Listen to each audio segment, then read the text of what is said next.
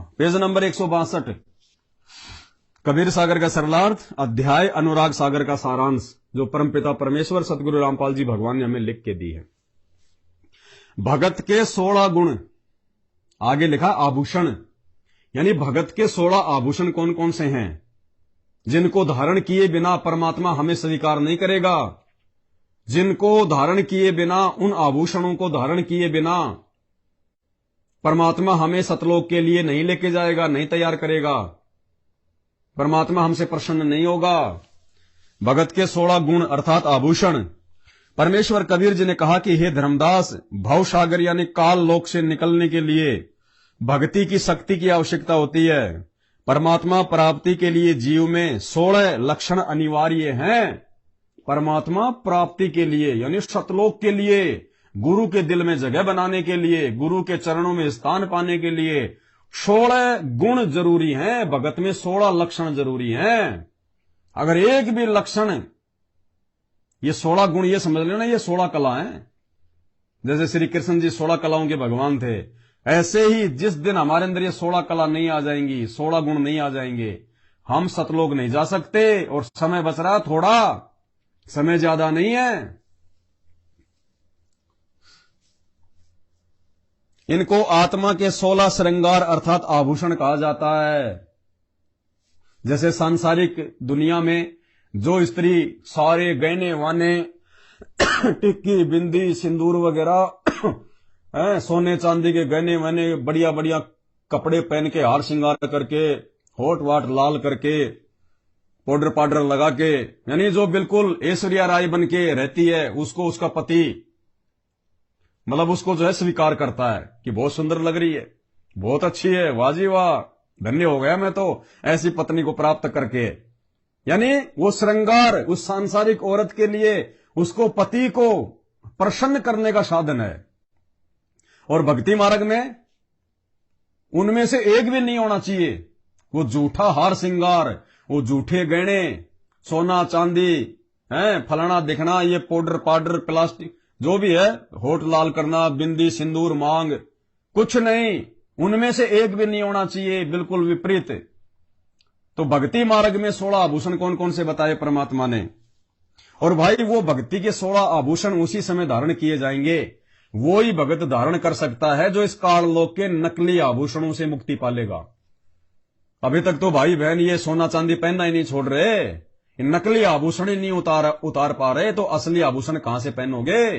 उन नकलियों को उतारे बिना असली आभूषण नहीं पहने जा सकते। तो असली आभूषण क्या बताए परमात्मा ने भक्ति के। ज्ञान, प्रथम ज्ञान, ज्ञान को आधार, जैसे हम लोग साथ संगति में ज्ञान को आधार बना के परमात्मा की महिमा करते हैं। सबसे पहला ज्ञान, क्योंकि ज्ञान मार्ग है। इस ज्ञान को आधार बना के ही हम अपने गुरु के ऊपर विश्वास कर सकते हैं और आत्मा दृढ़ होकर सतलोक के लिए तैयारी कर सकती है। तो सबसे पहला ज्ञान होना चाहिए भगत को, और ज्ञान में सब कुछ आ जाता है। ज्ञान यज्ञ में सारे यज्ञ आ जाते हैं। तो सबसे पहले परमात्मा ने ज्ञान को महत्व दिया। सबसे पहला श्रृंगार क्या है? ज्ञान। ज्ञान आधार से हमारा उठना बैठना बोलना चलना, परमात्मा के प्रति हमारी श्रद्धा लगन चिंतन मनन हर चीज पे। दूसरा विवेक, भगत के अंदर बुद्धि भी होनी चाहिए। ऐसा नहीं कि किसी ने कह दिया वैसा ही मान लिया, किसी भगत ने कह दिया वो ही मान लिया, गुरुदेव के परिवार वालों ने कह दिया वो ही मान लिया, बहुत बड़ा भगत है सारनाम मिला हुआ, ये जो कह रहा सही होगा, टट्टू सही होगा। वो सारनामियों की दुर्गति हुई पड़ी है, सबकी मर्यादा खंडित है। तो परमात्मा कहते हैं ज्ञान के साथ साथ भगत में विवेक भी होना चाहिए। अपने गुरुजी की शिक्षाओं के आधार से उसको थोड़ा धैर्य रख के हर चीज पे डिसीजन लेना चाहिए। देखा देखी में डिसीजन नहीं लेना चाहिए। भक्ति का विवेक होना चाहिए। दुनिया भाग रही है तो भागने दे, भगत देखा देखी में भाग रहे हैं तो भागने दे। ये देखा देखी में भागने का समय नहीं है, आंखों पे काली पट्टी बांधने का मार्ग नहीं है, किसी के ऊपर अपने गुरुदेव को छोड़ के किसी पे भी ब्लाइंड फेथ करने का मार्ग नहीं है। तो गुरुदेव कहते हैं ज्ञान के साथ में दूसरा आभूषण है विवेक। भगत को विवेकी भी होना चाहिए। सत्य भाषण करना चाहिए भगत को, झूठ का सहारा नहीं लेना चाहिए, परमात्मा पे विश्वास रखना चाहिए, सत्य के साथ परमात्मा है। संतोष यानी भगत के अंदर धीरज होना चाहिए, धैर्य होना चाहिए, संतोष होना चाहिए, माया जोड़ने को लेके संतोष होना चाहिए, काम क्रोध को लेके भगत में संतोष होना चाहिए, प्रेम भाव होना चाहिए सबसे ज्यादा अपने भगवान में, अपने गुरु में। बिना प्रेम पावे नहीं, चाहे कोटि समाधि लाव, चाहे कितने जब तक और आरतियां कर लो, कहते हैं जब तक आपका प्रेम आपके गुरु जी में नहीं उमड़ेगा, रह रह के आपकी आंखों से आंसू नहीं आएंगे, आपके परमात्मा की याद में, अपने इस काल लोक में फंसे रहने को लेके कि परमात्मा अब की बार भी रह गया तो मेरा तो बेड़ा गर्क हो जाएगा।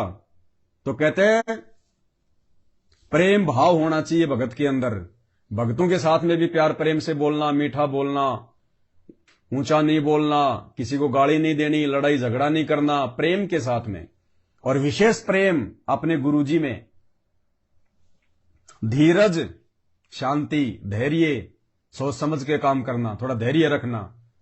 अब देखते हैं साथ संगति में, हाँ भाई हम आपकी बार गुरुजी की फोटो लाए हैं बनवा के बढ़िया, लो भाई ये किस किस को चाहिए, तो धीरज नहीं रखते भगत। 40-50 तो भगत होते हैं, वो भी एक दूसरे के ऊपर आएंगे कूद कूद के, मेरे को दे मेरे को दे। अरे फोटो ही तो है, नहीं मिली तो नहीं मिली, अगली साथ संगति में मिल जाएगी। ये जगत वालों की तरह जैसे कहीं कोई भंडारा बट रहा होता और भूख लग रही हो, दौड़ दौड़ के जाते मेरे को दे मेरे को दे। ये भक्तों के लक्षण नहीं है। धीरज धारण करो। अगर आपसे पहले कोई ले रहा है तो वो भी तो आपका भाई है, वो भी तो आपका भाई है। अरे आप और आपके बेटे दोनों भूखे हैं और कोई आदमी कोई खाना बांट रहा हो और आपका बेटा जाके ले रहा है, तो आप उससे पहले लेने का प्रयास करोगे क्या? क्योंकि आपको पता है कि ये मेरा ही तो बेटा है, मेरा ही तो भाई है, ये ले रहा मैं ले रहा हूं, बात एक ही है, बचेगा तो मैं और ले लूंगा। लेकिन नहीं, हाँ भाई मेमोरी कार्ड किस किस को चाहिए, तो दौड़ के आएंगे जैसे मतलब हिरण की तरह। अरे डट जाओ, शांति रखो भाई, तुम्हारे लिए लाए। लेकिन नहीं, वो धीरज नहीं, अभी तो धीरज नहीं है तो परमात्मा पास में नहीं है। अपनी जगह पे बैठे रहा करो, मिल जाएगा। हमें भी पता है कि कोई लाखों की संख्या में तो आ नहीं रहे, कोई साथ संगति में 100-50 आते हैं, तो उससे ज्यादा ही लेके जाते हैं हम, तो मिल जाता है अगर धैर्य रखोगे तो। परमात्मा कहते हैं धीरज के धरे हाथी बंध्या बंध्या मन भर खाए। हाथी को धैर्य होता है, धीरज होता है, उसको अपने मालिक पे विश्वास होता है। इसलिए कहते हैं खूंटे से बंधा बंधा भी परमात्मा उसको खाने के लिए देता है। एक मन खाता है हाथी रोज 40 किलो। क्यों? क्योंकि हाथी को धीरज है, वो हड़बड़ी नहीं करता। तो कहते हैं धीरज के धरे हाथी बंध्या बंध्या मन भर खाए, और एक टूक के कारण वो कुत्ता 70 घर फिर आए। और एक रोटी टुकड़े के कारण कुत्ता 70 घर में मुंह मारता रहता है। कहीं टूक मिलते हैं तो कहीं जूत मिलते हैं। तो भाई हमने ये कुत्ता कर्म नहीं करना। कोई भी काम हो, कहीं भी, चाहे साथ संगति में, चाहे अपने घर पे, चाहे मार्केट में, भगत ने धीरज धारण करना चाहिए। जल्दबाजी नहीं करनी चाहिए, हड़बड़ी नहीं करनी चाहिए। नहीं मिल रही तो ये सोच के कि हो सकता है मेरे गुरुजी की इसी में कोई मतलब मेहर है, मेरे गुरुजी की यही रजा है, कोई बात नहीं, अगली बार ले लेंगे। एक ही बात है, ये भी तो जो है मेरे भक्तों के घर में जाएगी, कोई बात नहीं। और मिल गई तो आराम से मिल जाएगी। तो जल्दबाजी नहीं करनी किसी भी चीज के लिए, ना भंडारे के लिए, ना किसी भक्ति की सामग्री के लिए। तो धीरज परमात्मा ने बताया कि भगत के अंदर ये गुण होना चाहिए। निर्दोषा, आगे कोष्टक में गुरुजी ने लिखा है धोखा रहित। निर्दोषा यानी भगत को बिल्कुल पाक साफ होना चाहिए। भगत के मन में किसी के प्रति धोखाधड़ी मन में भी नहीं आनी चाहिए, छल कपट के भाव मन में भी नहीं होने चाहिए। हमारा नुकसान हो रहा है, हो जाने दो, हमें कोई ठग रहा है उसको ठग के ले जाने दो। कबीरा आप ठगाइए और न ठगिए कोई, आप ठगाए सुख होत हैं और ठगे दुख होई। तो हमने किसी को नहीं ठगना, हमें कोई ठग रहा है तो ठगने दो। जो तो को काटा बोवे ताको बो तू फूल, तो ये फूल के फूल है वाको है त्रिशूल। हमने धोखाधड़ी नहीं करनी, हमने छल कपट नहीं करना, फिर हमारा परमात्मा साथ देगा। हमें किसी चीज की परमात्मा वो कमी नहीं छोड़ेगा मालिक। तो भगत को धोखे से रहित होना चाहिए, निर्दोषा होना चाहिए। 8वां लक्षण क्या बताया मालिक ने? दया। दया धर्म का मूल है, पाप मूल अभिमान, तुलसी दया न छोड़िए जब लग घट में प्राण। दया तो बहुत ही जरूरी है हर चीज के प्रति। इंसान के प्रति भी, जानवरों के प्रति भी। बेवजह हमने किसी जानवर को परेशान नहीं करना। कुत्ते को भी हमने गाली नहीं निकालनी, कुत्ते को भी कि हट भग जा, हट हट, या उसको मारना नहीं। अगर कोई लेट रहा है, कहीं आराम कर रहा है कोई कुत्ता, तो हमने उनको भी जो है उठपटांग नहीं बोलना। जानवर को भी घर पे आ जाए तो उसको भी प्यार प्रेम से रोटी का टुकड़ा डाल दो, जैसा भी आपके पास में। लठ नहीं मारना, कोई पत्थर नहीं मारना, दुत्कारना नहीं। वो भी हमारे भाई बहन है। ना जाने हम कितनी बार वो कुत्ते बन चुके हैं। ऐसे ही हम भी एक टूक के लिए गली गली जो है मुंह मारा करते थे। वो भी उसी परमात्मा की आत्मा है, संत रामपाल जी भगवान की। अपने कर्म संस्कार वश आज वो पशु योनि में है। बाकी इंसानों के साथ में तो हमने किसी भी प्रकार से मारपीट गाली गलौज करनी नहीं है। सौपन में नहीं सोचना, नहीं तो भक्ति रहित हो जाएंगे। और आवश्यकता से ज्यादा हमने दया भी नहीं दिखानी। मतलब दया इतनी रखनी है, बेवजह हम किसी को परेशान ना करें, हमारी वजह से किसी को पीड़ा ना हो, बस। आवश्यकता से ज्यादा दया धर्म नहीं दिखाना, नहीं तो राजा जनक की तरह काल ठग लेगा। बाकी जिसके साथ जैसा हो रहा है उसके अपने संस्कार पे छोड़ो कि भैया इसके भाग्य में ऐसा लिखा हुआ है। भक्ति करता नालायक जब इसको परमात्मा मिला था, क्यों छोड़ दिया मालिक को भाई इसने उस समय। आज ये जो है ये दुख उठा रहा है, ये परेशानियां उठा रहा है। आपसे जितना बने मर्यादा में रह के किसी की मदद करो, जो है दया दिखाओ। मर्यादा तोड़ के या आपके मोक्ष के मार्ग में बाधा बन जाए, वो दया नहीं दिखानी हमने। चाहे कोई मरे चाहे कोई जिए, हमने सबसे पहले अपनी भक्ति बचानी है, अपनी मर्यादा बचानी है।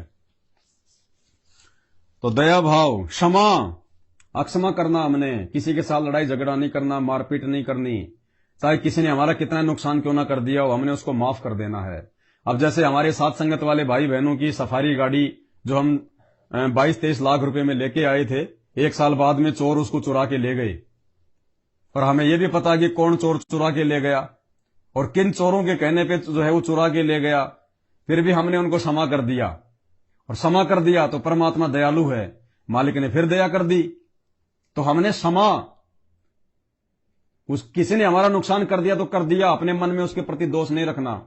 हमने उसको अपना शत्रु नहीं समझना, अपना दुश्मन नहीं समझना। मालिक कहते हैं एक शत्रु एक मित्र है, भूल पड़ी रे प्राण, यम की नगरी जाएगा शब्द हमारा मान। गुरुदेव कह रहे तूने यदि सतलोक जाना है तो तूने पीछे इस गंदे लोक में किसी को भी अपना शत्रु नहीं छोड़ के जाना। हाँ, जबरदस्ती यदि हमसे कोई शत्रुता करता है तो वो करे। हमने अपनी तरफ से किसी को भी अपना मित्र और किसी को भी अपना शत्रु नहीं समझना, अन्यथा उस राग द्वेष के कारण हम यहीं रह जाएंगे। काल यहीं रोक लेगा कि बेटा बदला तो पूरा करके जा। तो हमने किसी के साथ में कोई शत्रुता नहीं करनी है।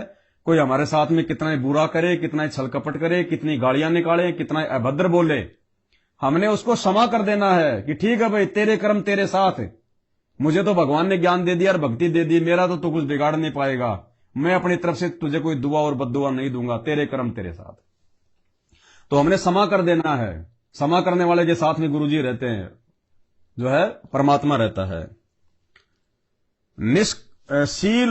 शील मानी शांत स्वभाव होना चाहिए भगत का, शीलता होनी चाहिए भगत के अंदर। मृदुभाषी, बेवजह फालतू में किसी के साथ में लड़ाई झगड़ा नहीं। जब हमारे अंदर शीलता आ जाएगी तो अंदर भी हमारे जो है शालीनता आ जाएगी। निष्कर्मा यानी कोई भी कार्य हम करें निष्क्रम भाव से करें, मन में उसकी मतलब वो इच्छा के हिसाब से ना करें। निष्कर्म, जैसे परमात्मा कहते हैं जब लग भक्ति सह कामना तब लग निष्फल सेव, कहे कबीर वो क्यों मिले निष्कामी निज देव। हमने निष्क्रम भाव से सेवा करनी है परमात्मा की। निष्क्रम भाव से हमने ये जो है अपनी ये भक्ति करनी है, आरती करनी है, ये मंत्र करने। हमने मन में कोई डिमांड नहीं रखनी। अगर हमने कोई डिमांड रखी मन में कि मेरे पास में धन हो जाए, मेरे पास में एक प्लाट हो जाए, मेरे लड़का हो जाए, मेरे लड़की हो जाए, मेरा छोरा जो है नौकरी लग जाए, तो फिर वो निष्क्रम भक्ति नहीं है, वो निष्फल हो जाएगी, वो सहकामना हो गया। तुम कामना मन में रख के फिर भक्ति कर रहे हो। तो मालिक कहते हैं जो व्यक्ति सहकाम होकर भक्ति करते हैं, जो मन में कोई कामना रख के भक्ति करते हैं, कहते हैं उनकी भक्ति निष्फल हो जाती है। जब लग भक्ति सहकामना तब लग निष्फल सेव, वो सेव यानी पूजा तुम्हारी निष्फल हो जाएगी। तो हमने निष्कर्म भाव से कि परमात्मा केवल हमने अपना आत्म कल्याण चाहिए, मालिक हमने केवल इस गंदे लोग से 84 लाख योनियों से छुटकारा चाहिए, निष्कर्म भाव से हमने परमात्मा की भक्ति करनी है। त्याग, त्याग तो भाई आप सबको पता ही है, हमने सब कुछ छोड़ के जाना है यहां से एक दिन। तो हमने यहां की किसी भी वस्तु में, काल लोक की किसी भी वस्तु में अपना हिस्सा समझ के उससे जो है वो जकड़ के नहीं रहना। हमने ये नहीं सोचना कि ये मेरी है। ठीक है, आपने कमाई है, आपने अपने पैसों से कमाई है जो भी, लेकिन वो पैसा भी जो है इस काल का, वो वस्तु भी जो है इस काल की, ये शरीर भी इस काल का, ये शरीर भी हमने यही छोड़ के जाना। अंत में ये शरीर भी साथ नहीं जाएगा। आज चाहे कोई कितना हट्टा-कट्टा हो, पाव भर राख बनेगी उसकी, और राख भी हवा के साथ में उड़ जाएगी। बची कुछ ही जो घरवाले जो है वो गंगा जी में डाल के आ जाएंगे। तो हमने हर चीज में त्याग भाव रखना है। अगर हम किसी चीज को अपना समझ के चलेंगे, उस चीज से यदि हम विशेष प्रकार का लगाव रखेंगे, तो वो हमारे दुख का कारण बनेगी, हमारी वो पीड़ा का कारण बनेगी। और मालिक कहते हैं, जहां आशा तहां बासा होई, मन कर्म वचन सुमरियो सोई। अंतिम समय में, मरते समय, स्त्री या पुरुष की, बच्चे या बूढ़े की, जिस भगत की या जगत वाले की, मरते समय जिस भी चीज में इच्छा होगी, काल ने वहीं उसको वापस उसको जन्म देना पड़ेगा। अगर किसी की कार कोठी मकान में इच्छा रह गई, तो वहीं पे अगले जन्म में उसको कुत्ता बना के छोड़ देगा, उसी घर के आसपास चक्कर काटेगा, सांप की योनि में जन्म दे देगा, वहीं पे जो है वो बिल बना के रहेगा। और उन्हीं बच्चों ने कभी देख लिया तो मारेंगे खींच के उसके लठ। तो परमात्मा कहते हैं त्याग भाव रख के चलना है, किसी चीज से अपना नाता जोड़ के मत चलो सिवाय अपने सतगुरु से और भक्ति से। या तो सतगुरु से अपना नाता जोड़ो, या फिर भक्ति से, जो मालिक ने जो भक्ति दे दी, 5 यज्ञ, 3 समय की आरती, मंत्र और ये सत्संग, इन चीजों से नाता जोड़ो, इनको अपना मानो। बाकी यहां किसी चीज को हमने अपना नहीं मानना। यदि मानेंगे तो भाई ये शरीर छोड़ते समय हमारी उनमें आस्था बढ़ेगी, आस्था बढ़ेगी तो चाहे कितनी भक्ति कर लो, परमात्मा कहते हैं वापस यही जन्म देना पड़ेगा, पशु योनि में या फिर मानव योनि में। हमने केवल उनको यूज करना है। अब जैसे कहीं कोई पहाड़ होता है बहुत बड़ा, जैसे लोग जो है घूमने के लिए जाते हैं बड़े बड़े पहाड़ों पे, मनाली, कुल्लू, शिमला। अब दूर से देखते हैं, देखो पहाड़ कितना अच्छा, अब देख के बड़ा अच्छा लगा, बड़ा सुंदर लगा, मन को आनंद आया। लेकिन क्या हमारी उसके अंदर रुचि बनती है? क्या उस पहाड़ में हम कोई अपनापन जो है वो देखते हैं? नहीं। क्यों? क्योंकि हमें पता है कि हमारा नहीं है।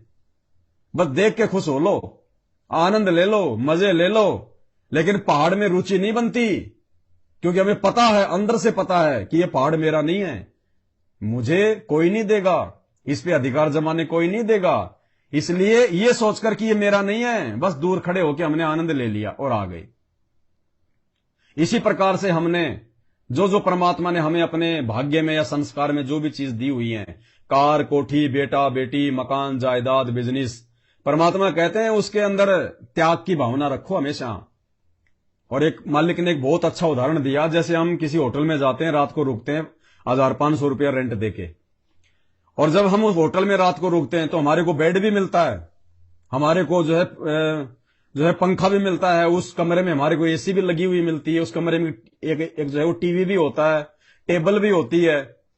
लेकिन जब हम सुबह चलते हैं वो मकान छोड़ के, तो क्या हम टीवी को उठा के चलते हैं? हम वो चद्दर अपने बैग में डाल के चलते हैं? वो बेड को लेते हैं कि ये तो मेरा बेड है, मैं रहा था रात को, मैं सोया था इस पे, ये टीवी तो मेरा हो गया, मैंने पूरी रात इसमें जो है वो फिल्म देखी है। लेकिन हम उनमें से एक भी चीज को, एक चम्मच भी नहीं उठाते उस होटल की। क्यों? क्योंकि हमें पता है कि ये मेरी नहीं है, ये किराए की है सारी चीजें, मैंने 1000 रुपए दिए तो मेरे को रात के उपयोग के लिए दे दी इन्होंने, ये मेरी नहीं है। इसी प्रकार आज वर्तमान में जो हम समझ रहे हैं कि ये मकान मेरा, ये बेड मेरे, ये गाड़ी मेरी, ये कार मेरी, ये बच्चे मेरे, ये मां मेरी, ये पत्नी मेरी, ये धन मेरा, ये सोना चांदी मेरा, ये खेत मेरे, ये फार्म हाउस मेरे, कुछ नहीं है बेटा, वो तो किराए का है, किराए का, तेरे भाग्य अनुसार तेरे को मिला हुआ है। वो जमीन जिसका तू मालिक बन के बैठा है, वो जमीन वहीं पड़ी है, वो जमीन वहीं की वहीं है, और लाखों लोग उस पर रजिस्ट्रियां करवा करवा के मर गए। लाखों लोग उस जमीन के टुकड़े पे अपना अधिकार जमा जमा के, तेरे से पहले तेरा दादा था, उससे पहले उसका दादा था, उससे पहले उसका दादा था, कहते हैं लाखों लोग उस 2 बीघा जमीन पे रजिस्ट्रियां करवा करवा के मालिक बन बन के मर गए, राख बन गए। वो जमीन वहीं पड़ी है और वो मालिक कोई तो गधा बन के घूम रहा है, कोई जो है कुत्ता बन के घूम रहा है। तो परमात्मा कहते हैं अब ये चीजें, ये त्याग भाव बनेगा कैसे? ज्ञान से। ज्ञान बिना नहीं बन सकता, चाहे कितनी कोशिश कर ले। अगर 5 रुपए से आदमी का मोह नहीं छूट सकता, 5 रुपए से अगर ज्ञान नहीं है तो परमात्मा संत रामपाल जी भगवान ने हमें वो अनमोल ज्ञान दे दिया। इस ज्ञान से, अरे कार कोठी बंगले बेटा बेटी तो छोड़ो, हमने तो ये दुनिया छोड़नी है, दुनिया, ये धरती छोड़नी है, ये किस ब्रह्मांड छोड़ने, हमने इतना बड़ा त्याग करना है। तो परमात्मा के ही ज्ञान में वो ताकत है, संत रामपाल जी के ही जो है वो सत्संग में वो पावर है जो हम ये चीजें छोड़ सकते हैं। अन्यथा मरते मरते भी आदमी जो है आंखों में आंसू डाल डाल के रोता है, हे भगवान पूरी जिंदगी कमाया मैं गधे की तरह, बैल की तरह, हे भगवान ये सब छोड़ के जा रहा हूं, और अगले जन्म में कुत्ती का जो है बच्चा बन के पैदा हो जाएगा, कोई उस मकान की छाया में भी नहीं बैठने देगा उनको। तो परमात्मा कहते हैं अगर आपको सतलोक जाना है तो आपने ये त्याग का भाव रखना पड़ेगा हमेशा। इसीलिए परमात्मा कहते हैं साईं इतना दीजिए जिसमें कुटुंब समाव। हम भगवान से इतना ही मांगे कि आवश्यकता से ज्यादा ना हो। अगर आवश्यकता से ज्यादा होगा तो फिर उसमें उसको छोड़ते समय दिक्कत आएगी, फिर छोड़ते समय दिक्कत आएगी। इसलिए परमात्मा कहते हैं भक्ति मार्ग में ये अनावश्यक वस्तुओं की आवश्यकता नहीं होती। ये जोड़ जोड़ के धन इकट्ठा मत करो, मकान पे मकान मत बनाओ, जमीन पे जमीनें मत खरीदो, प्लाट पे प्लाट मत खरीदो, आवश्यकता से ज्यादा बैंक बैलेंस मत जोड़ो, नहीं तो बाद में जोड़ते ये गंदा लोग छोड़ते समय ये संपत्ति तुम्हें खींचेगी, ये वाइब्रेशन, ये तरंगे तुम्हें खींचेंगी, तुम्हारा ध्यान भटकाएंगी, तुम्हारी सुरती ऊपर जाने से रोकेंगी। इसलिए मालिक कहते हैं अगर मोक्ष चाहिए तो आपने त्याग भाव रखना होगा, और जिसने त्याग भाव रखना सीख लिया वो जोड़ेगा नहीं, और जोड़ेगा ही नहीं तो कहते नंगा नहाएगा क्या, निचोड़ेगा क्या, चलो गुरुजी अपना कौन है यहां पे, चलो ये लो। तो हमने त्याग भाव रखना है, भगत भाव में चलना है, जगत भाव में नहीं चलना, दिखाना नहीं है। हम जैसे हैं वैसे हमारे परमात्मा को पता है, दुनिया को दिखाने की जरूरत नहीं है। दुनिया को हमने असंख्य जन्मों में दिखा दिया, आज तो हमारी स्थिति रोड वाली है। मालिक कहते हैं कोटि जन्म तू राजा की न्या, मिटी न मन की आशा, और भिक्षुक होकर दर दर घूम लिया, मिला ना निर्गुण रासा। असंख्य जन्म हम राजा रह चुके, ब्रह्मा विष्णु महेश रह चुके, चक्रवर्ती राजा रह चुके, बड़े बड़े सेठ रह चुके हैं।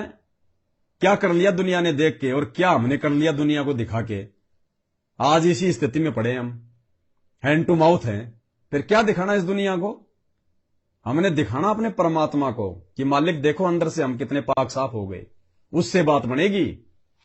तो भगत के अंदर त्याग भाव बताया परमात्मा ने। बैराग, अब त्याग हो जाएगा तो बैराग अपने आप हो जाएगा, क्योंकि जब सांसारिक चीजों से त्याग हो गया तो बैराग किस चीज में लगेगा, वैराग्य किस में लगेगा, सुरती किस में लगेगी, भक्ति में और भगवान में। तो एक लक्षण से दूसरा लक्षण जो है वो जुड़ा हुआ है। अगर हमने एक लक्षण को सही प्रकार से पकड़ लिया, जो सबसे पहला बताया परमात्मा ने, ज्ञान, सबसे पहला लक्षण ज्ञान, यदि ज्ञान को आधार बना लिया तो बाकी चीजें तो ऑटोमेटिक धारण होती चली जाएंगी, जोर ही नहीं आएगा।